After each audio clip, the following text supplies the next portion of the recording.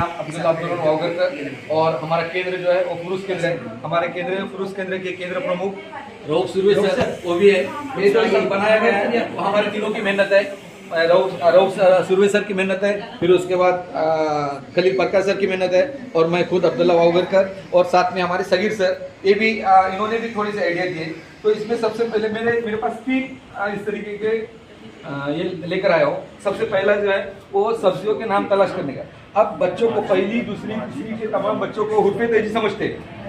अब हर हुर्फ जो है पढ़ने के लिए बताएंगे तो बच्चा आराम से वो बच्चा हुर्फ बता सकता है, लेकिन उन हुर्फों में हमको सब्जियों के नाम तलाश करने, तो बच्चों को वो थोड़ा सा दिमागी में पर जोर डालकर वो किस तरीके से खड़े आड़े बैठ के जो अल्फाज है ना वो बता सकते हैं। अब मिसाल के तौर पर जो है मैंने यहाँ पर देखो तवरई, इसमें वो लफ्ज है, ये देखो तवरई, उससे बनता है तुरी।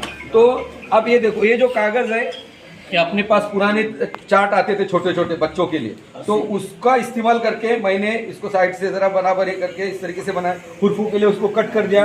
वो तुरी में कौन कौन से हुर्फ आते हैं वो बताने के लिए तवरई तुरी। फिर उसके बाद टमाटर भी इसमें वो लफ्ज छुपा हुआ है टमाटर, तो लफ्जों को लगाएगा, लफ्जों को लगाकर आगे वो अपना हुर्फों को लगाएगा, हुर्फों को लगाकर आगे टमाटर के ने तो इस तरीके से तरकारी के नाम यहाँ भी आगे मैंने नमूने के तौर पर उधर 2 लगाया।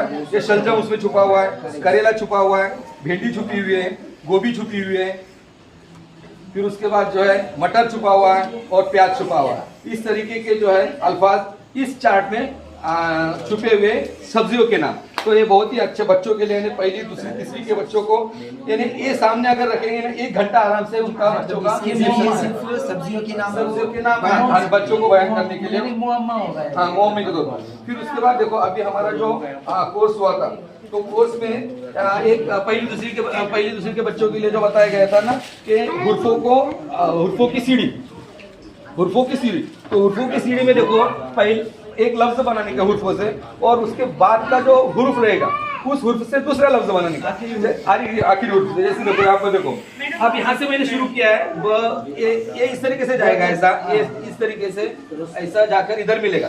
तो अब यहाँ पर देखो ब बात, तो ये देखो ब बात हो गया। फिर लास्ट का हुर्फ आया है तख्ती आ गया।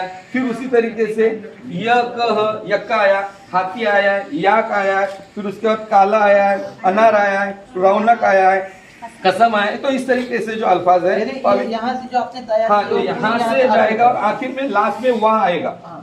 ये देखो आखिर में जो है लास्ट में जो है वो वाह, ये वाह यहाँ पर आकर खत्म हो जाएगा वाह। नहीं ऐसा जाएगा, यहाँ से ऐसा जाएगा, ऐसा जाकर ये इस तरीके से इधर ऐसा।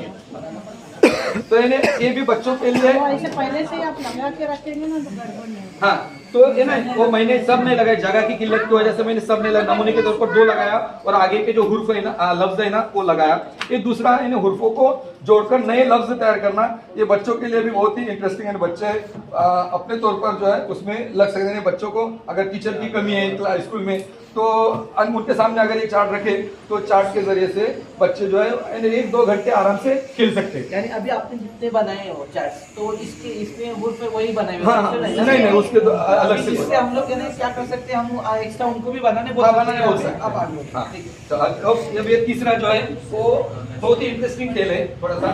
अब ये खेल ऐसा है बच्चों को यानी जिस्म के आज़ा के नाम है, यहाँ पर पालतू जानवरों के नाम है, फिर उसके बाद यहाँ पर जंगली जानवरों के नाम है, फिर फलों के नाम है और रंगों के नाम। इस तरीके से मैंने 5 चार्ट बनाए।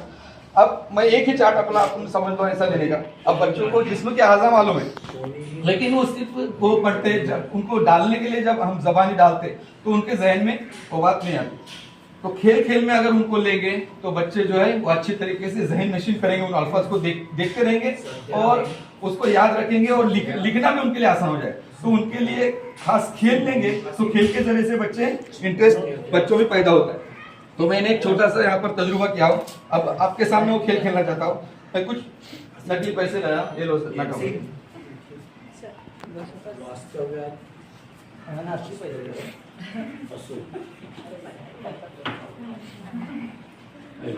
अब जो है क्या करना है,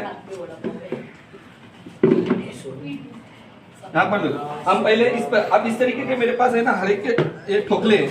मैं पहले एक खेल आपको बताता हूँ, फिर उसके बाद अब यहाँ पर हाथ, पैर, नाक, आंख, कान, आंख, जबान, ये जितने अल्फाज 6 अल्फाज लिखे हुए, इस ठोकले पर भी 6 अल्फाज। अब मैं जो है ना ये इसको हिलाकर आपके सामने पलट दूंगा। आपने क्या करने का, आपके हाथ में मैंने नकली पैसे दिया, वो पैसे आपको जिस इस पर लगाना है लगा सकते हो। जिसका ये आएगा उसको पैसे डबल मिल जाएगा, और जिसका नहीं आएगा वो पैसे मैं वापस लेगा। इस तरीके से नहीं आपको दमदार है, अपनी लग इसको जाकर लगाना है लगा लो। पैसा पता लगा चला किसका भी नहीं आया। सही है मैडम, पूरा चेक नहीं वो किधर देखो, आपने और आप किसने किधर लगाया हो ध्यान रखो। माझं मला माहिती आहे. हाँ किसने किधर लगाया ध्यान रखो। चलो सब हो गए। अब जबान पर लगे, जबान किधर है, बाकी के पैसे इधर। जितने बच्चे हैं क्लास में नवीन लोगों से जबान वालों को नहीं। वो है, ये सट्टो केलेला. अब वापस लगाना।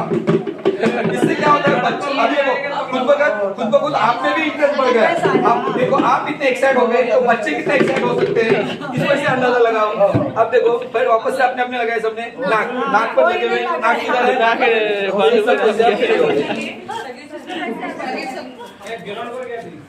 अब ये एक तरह एक हो गया, दूसरा एक है